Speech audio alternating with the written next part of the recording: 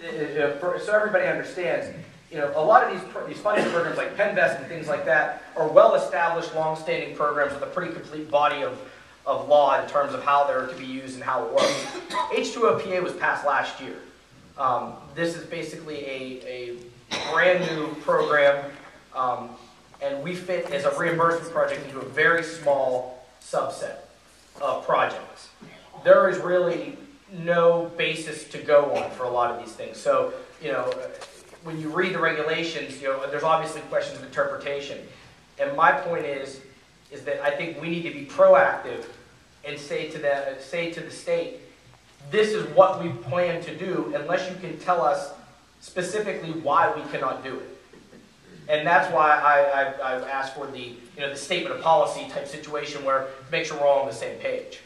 Ken, if I can offer one more comment, I concur with Mr. White on another front.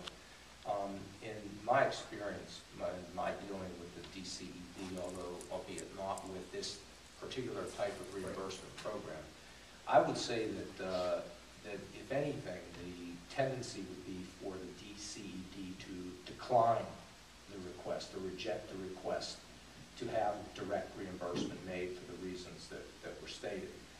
And what we've thought, from our solicitor standpoint, is consistent with his thinking, that I believe, and this is just my projection, my thinking, his thinking, is that if there is a request of DCED for direct reimbursement, it's probably rejected. Sure.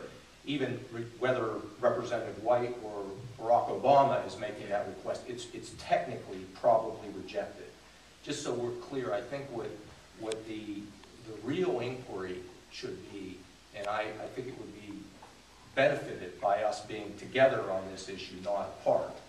And I would welcome it. Obviously, I'm newer here. I post-dated the earlier issues that you dealt with in the past. But what I think is that if Mr. White's comment about using authority money that isn't directly tied to the grant for the purpose of the reimbursement, or a portion, whatever can responsibly be handled in that way, is probably the way to go. And to that extent, I agree. And I just think, so we're all on the same sheet of music tonight, that it may take some crafting. I think that the language will be important as we move along. It would be nice if they just said yes right away, and it opens up a big door. But I think it's important that we ask, but I think in the long run, it's going to take some crafting, and I think it's important that we have whatever ammunition we have to get latitude for the use of that money. Absolutely, and I've made it clear already to our representatives, to the CFA and to the DCED, and I mean, we've made it pretty clear that, you know, if it's a matter of picking up the phone and calling the secretary, then that's what we'll do. Because of the personal importance of this specific project to me, and you know, the history that we've had with it, to make it very clear that this is what we want to do. And as I told our CFA representative the other day, you better have a damn good reason as to why you're going to say no if you're going to say no. And I think that that can only be strengthened by us coming in as a unified group and saying, this is exactly what we intend to do. And just as a quick legal question, there's nothing right now preventing the authority, assuming that you had, you know, $10 million extra dollars, some insane surplus for some reason. There's nothing preventing you from deciding to give a reimbursement to. That's correct. So that part of it, I think we all can agree is legally possible. And I think it's just a matter of, you know, I haven't been doing this for too long, but in the time I've been up in Harrisburg, I've learned if you want to do something bad enough, you know, you figure out a way to do it. And I think that's where we're at now. If I may, Kim, just add one more layer on this, and I think it, you know, from, again, my perspective, there's some clarity that needs to be brought out. The project, the Miller's Run project, though completed, quote unquote, we know that there's still another shoe to drop on that project, and it's because of the issue with the contractor that performed the work.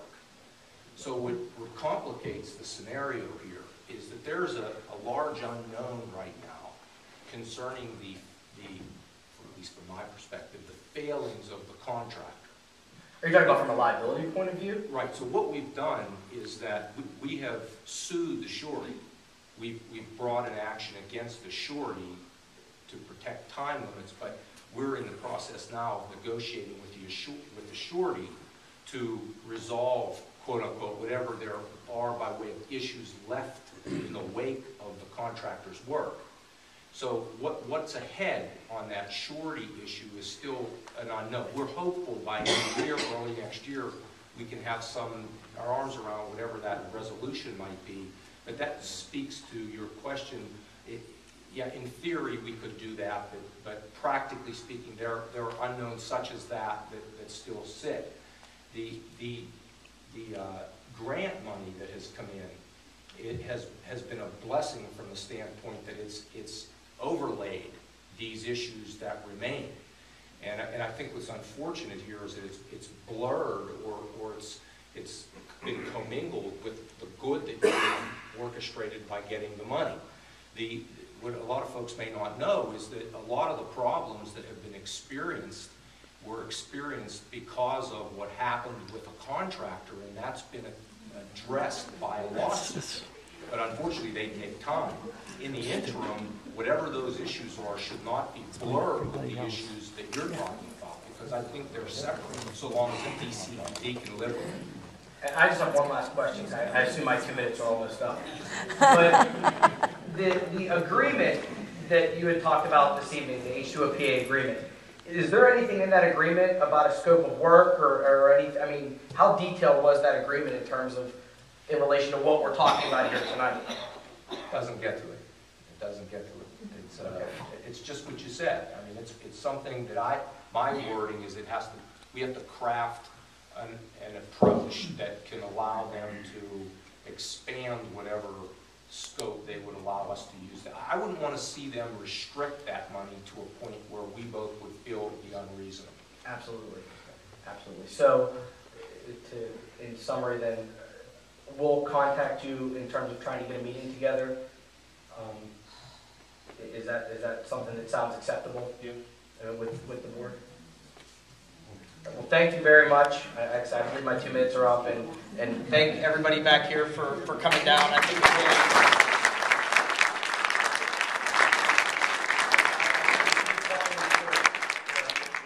really to let everybody know that we're all on the same page on this finally. So Don't sign off till they are. That's right.